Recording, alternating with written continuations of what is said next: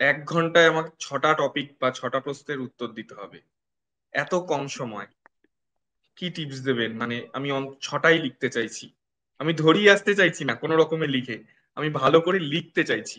তো সেক্ষেত্রে আমার কি মেথড ফলো করা উচিত? মানে আমি বলবো শুধু প্র্যাকটিস, এর বাইরে আর কিচ্ছু নেই। আপনি যত প্র্যাকটিস করবেন আপনার স্পিড তত বাড়বে। আর কিছুটা ক্ষেত্রে হচ্ছে কি আমরা না মানে এই সময়টা লাস্ট মোমেন্টে আমার মনে হয় জাস্ট নিউজ পেপার ফলো করাটা দরকার। নিউজ হুম। পেপারে প্রচুর আর্টিকেল থাকে যেগুলো আপনি নিজের মন থেকে ইজিলি রিপোর্ট রাইটিং শিখতে পারেন, বা কোনো একটা গল্প পড়ে সেটা নিজে প্রেসি বানালেন।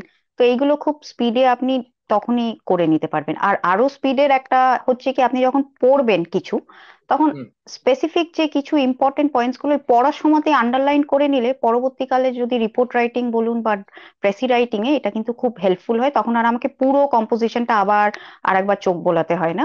জাস্ট আন্ডারলাইন ইয়েগুলো দেখলেই আমি বুঝে যাব যে আমি কিভাবে করব। আর আমি এই সময় বলবো যে এই সময় নিউজ পেপারে ওই এডিটোরিয়াল যেন না পড়ে।